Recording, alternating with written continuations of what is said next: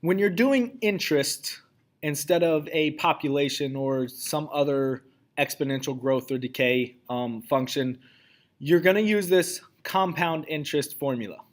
Okay, the capital A, which is on the left side, is the amount that's in the account after so many years, and the years is going to be represented as the T, which is in the exponent. The P is the principal, which means it's how much you invested at the beginning. What's your initial amount? It's the same as that lowercase a in the other formula. You still have this 1 plus r, and the r is still the rate, but the r is divided by n, and that's where this is different. The n is the number of times it's compounded per year, and you put the n, you divide the rate by the n, and you also multiply the n by that t up here. Okay, and after that, it's just simplifying it and doing your order of operations to find what is being asked. So here it's given a situation: an investment account pays 5.4% annual interest compounded quarterly. Okay, if $4,000 is placed in the account, find the balance after 8 years. Define the variables in the problem, then use the graphing calculator. We're not going to use the graphing calculator to check it. We're going to find it algebraically. So I have this formula. I want to find the A. Sometimes you'll be given that A. It will say there was this much count after so many years. But in this case, I'm given the P, the principal, which is $4,000. I'm given the R, the rate, which is 5.4%. But remember, I'm going to use it as a decimal, so it's going to be 0.054. And the N is what's different here. Oh, my T, sorry. I have my number of years, which is 8, and then my N, it says that it's compounded quarterly. So how many times per year does that mean? Well, it's talking about quarterly, which is going to be 4 times. So for your compounded, some of the terms that will be used based on the compounded will be annually, which would mean that the N is equal to 1. Semi-annually, which means that it's compounded twice, so the N would be equal to 2. Quarterly would mean it's compounded 4 times. Monthly would be 12 times because there's 12 months in a year. You could even go further than that. If it's compounded weekly, that would be 52, and so on. Okay, so these are some of the more common ones that you will see.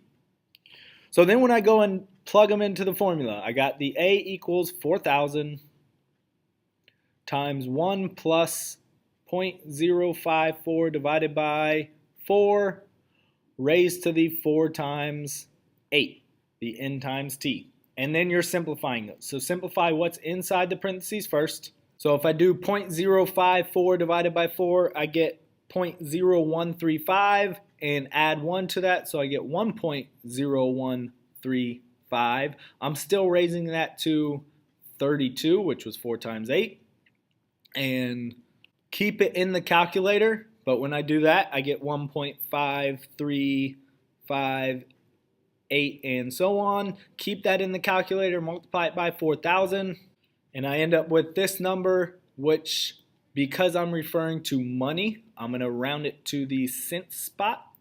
So I have $6,143.56, and that's how much is in the account after 8 years. So we're going to solve log equations now. So I have log base 8 of x is equal to 4 over 3.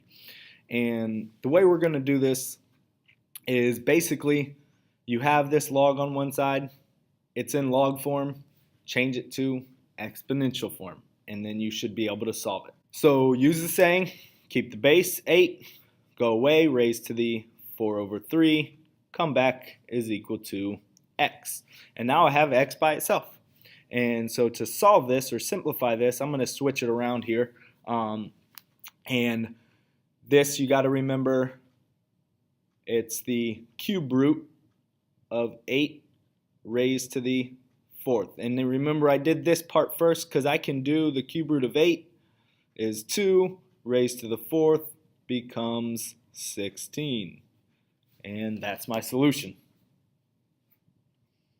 So go ahead and try this one. This will be your you try for this one.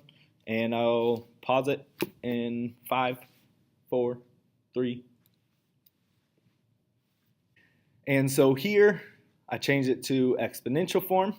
27 raised to the 2 over 3, come back, is equal to n, and change that to radical form now. Cube root of 27 squared, cube root of 27 is 3, 3 squared is 9, n is equal to 9. So this is the rule here. Log base b of x is equal to log base b of y if and only if x is equal to y. This part at the beginning is basically a technicality.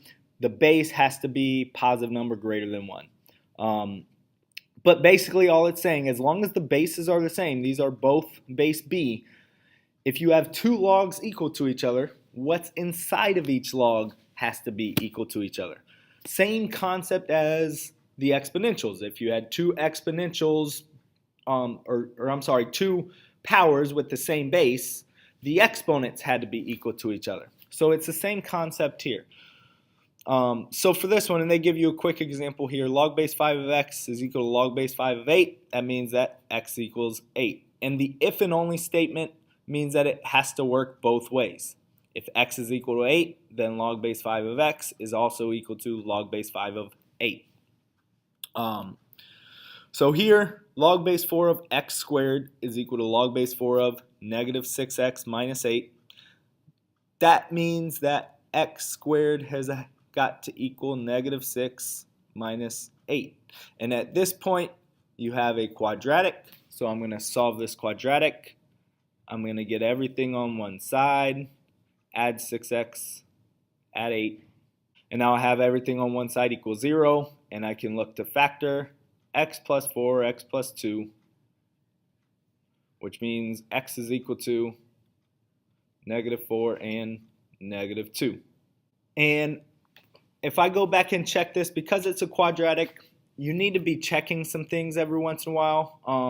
So I have log base 4 of negative 4 squared is equal to log base 4 of negative 4 times, negative 6 times negative 4 minus 8. And all that's inside that log. So solving inequalities. Again, this first part of this rule is a technicality part. B has to be greater than 1 because the base has to be greater than 1. X has to be greater than 0 because you can't have a negative number inside of a log. But other than that, if you have a log inequality, you can still change it to exponential form, but you got to understand what's inside the log should stay on the left side in order for the sign to stay the same. So because this is opening up greater than that log, then it should be greater than what's inside the log. And here, when it's less than the log, it has to be less than the x that's inside the log. But because what's inside the log has to be greater than 0, it also has this part to it. So when I have this one, it's the less than, the log is less than. If I go ahead and change this to exponential form, let me do that first. 3 raised to the second is equal to x. Let me write it just like an equation first.